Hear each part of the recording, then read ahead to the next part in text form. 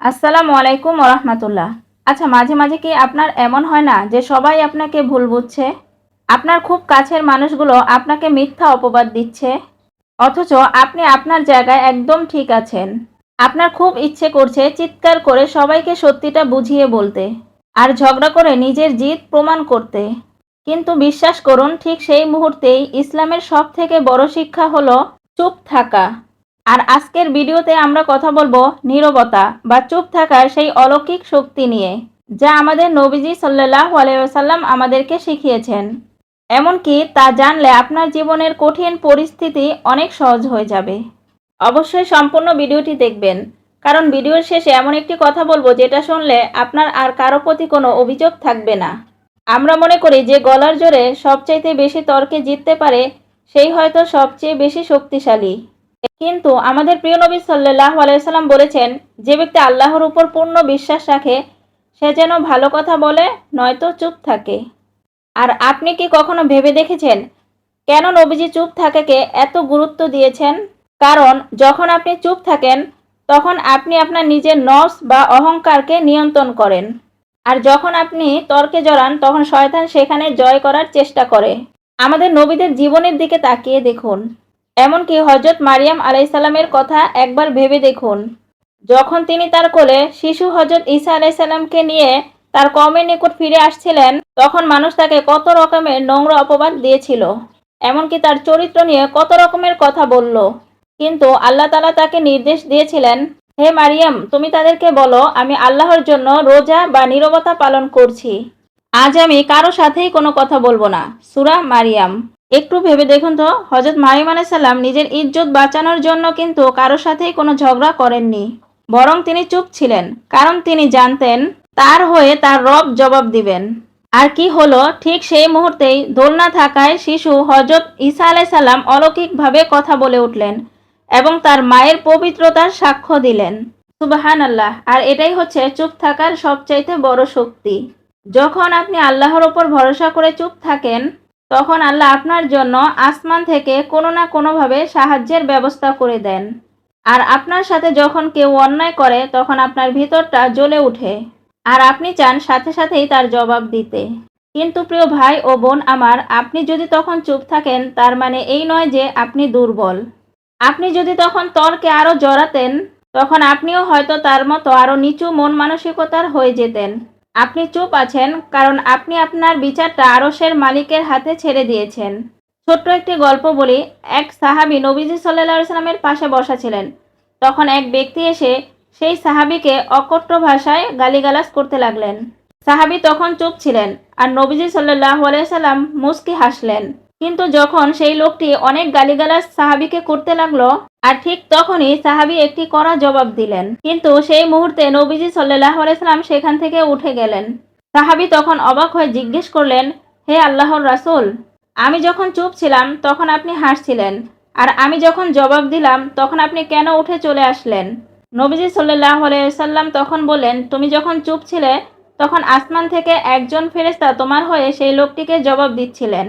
কিন্তু যখনই তুমি নিজে জবাব দিতে শুরু করলে, ফেরেশতা চলে গেল আর সেখানে শয়তান চলে এলো। আর আমি তো শয়তানের সাথে কিছুতেই বসতে পারি না। সুনানে আবু দাউদ। সুবহানাল্লাহ।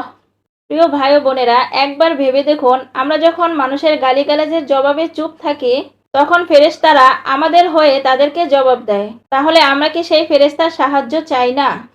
আমাদের জীবনে এমন সময় আসে যে আমাদের খুব কাছের মানুষগুলো আমাদেরকে অনেক অবহেলা করে। যেমন আপনার স্বামী হতে পারে, আপনার স্ত্রী হতে পারে, অথবা আপনার খুব নিকট আত্মীয় হতে পারে, যারা আপনাকে প্রতিনিয়ত ছোট করছে। আর সেই মুহূর্তে আপনি শুধু ইস্তেগফার পড়ুন আর চুপ থাকুন। নিজের আমল দিয়ে নিজের উত্তর দিন। আর মনে রাখবেন, চুপ থাকা মানে পরাজয় নয়। চুপ থাকা মানে নিজের পাপাচার থেকে নিজেকে বাঁচানো। কারণ রাসূল সাল্লাল্লাহু আলাইহি সাল্লাম বলেছেন, যে চুপ থাকলো সে মুক্তি পেল। কারণ মানুষ যত বেশি কথা বলে তার ভুল হওয়ার সম্ভাবনা তত বেশি থাকে। আর ভুল বেশি হলে তো গুনাহ বেশি হবেই।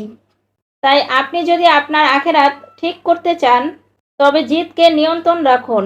ইমাম শাফিঈ রহমাতুল্লাহ আলাইহি বলতেন, নির্বোধ যখন আমার সাথে তর্কে জড়ায় তখন আমার নীরবতাই হয় তার জন্য সবথেকে বড় অপমান। যারা আপনাকে ছোট করতে চায় তারা চায় আপনিও তাদের মতো নিচু মন মানসিকতার হন, কিন্তু আপনি চুপ থেকে নিজের আভিজাত্য বজায় রাখুন। আপনার নীরবতা যেন আপনার ব্যক্তিত্বের গভীরতা প্রকাশ করে। দেখবেন মাঝে মাঝে আমাদের মনের ভিতরেও অনেক অশান্তি সৃষ্টি হয়। আমি কেন পারছি না, আমার সাথেই কেন এগুলো হচ্ছে, আর এসব প্রশ্নের জন্যই একসময় আমরা অনেক দিশেহারা হয়ে উঠি। তখন একটু নিরালায় বসুন আর নিজের রবের সাথে নিজে কথা বলুন। সেজদায় যে আপনার মনের অনুভূতিগুলো আল্লাহর কাছে প্রকাশ করুন। এই যে দুনিয়ার মানুষের সামনে চুপ থেকে রবের সাথে কাঁদা, এটাই তো হলো মুমিনের সব থেকে বড় অস্ত্র।